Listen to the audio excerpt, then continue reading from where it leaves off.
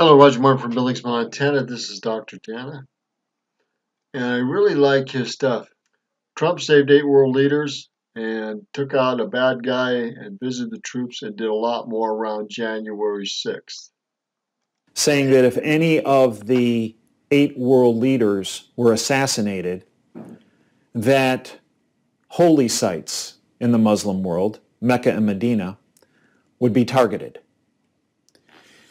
President Trump, it's my also understanding, didn't fly directly to Iraq.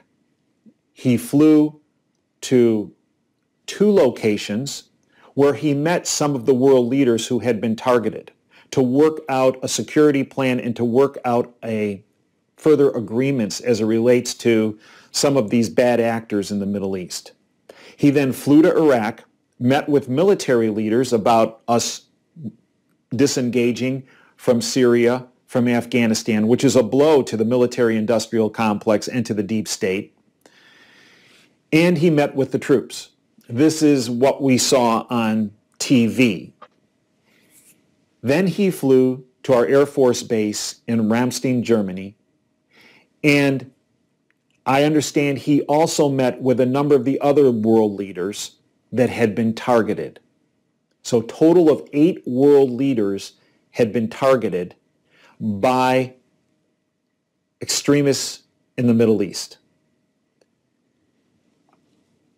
It's my understanding that when he left Germany, he flew to one other location, met with, I'm not going to call this person a world leader, a world figure, and then flew home to Washington. The question I had was, what about the perpetrators behind the plot of the assassination of the 8 world leaders on an almost simultaneous basis? I was told, direct quote, the terrorist leaders are in the process of being addressed, end quote. Which brings me to Sunday evening, January 6th.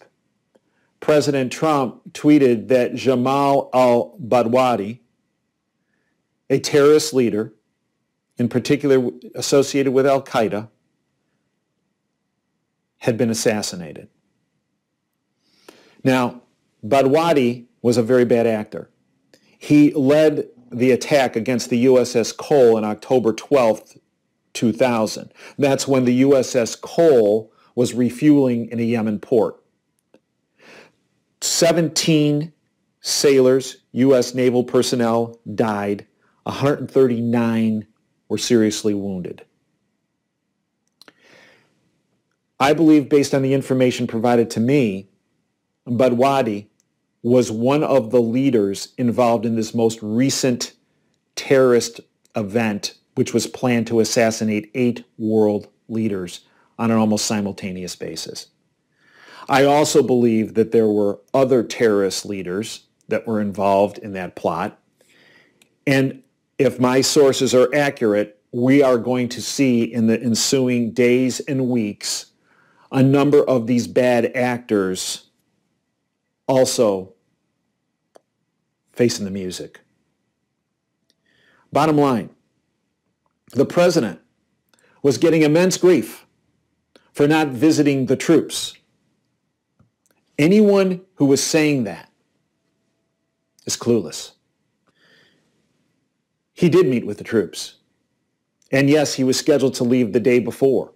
But if it wasn't for his actions, there could well have been a cataclysmic world event which could have led to World War III. Because of information gleaned through our intelligence agencies and acted upon by President Trump, 8 world leaders are alive today. And the world is a safer place, and I believe going to be a much safer place in the days and weeks to come. I'd like to thank you for joining me today. I'd like to thank you for your time. We are available every Sunday, 2 to 5 Eastern, davejanda.com. Hit the upper right-hand button to listen live to the show. Great analysis, great guests. This past week, we had General Paul Vallely on. All right, there you are. Thank you. Subscribe to him. It's only $9 a month. I will in the near future. He is one of the straight shooters that has some great inside information that we don't get anywhere else. Good day.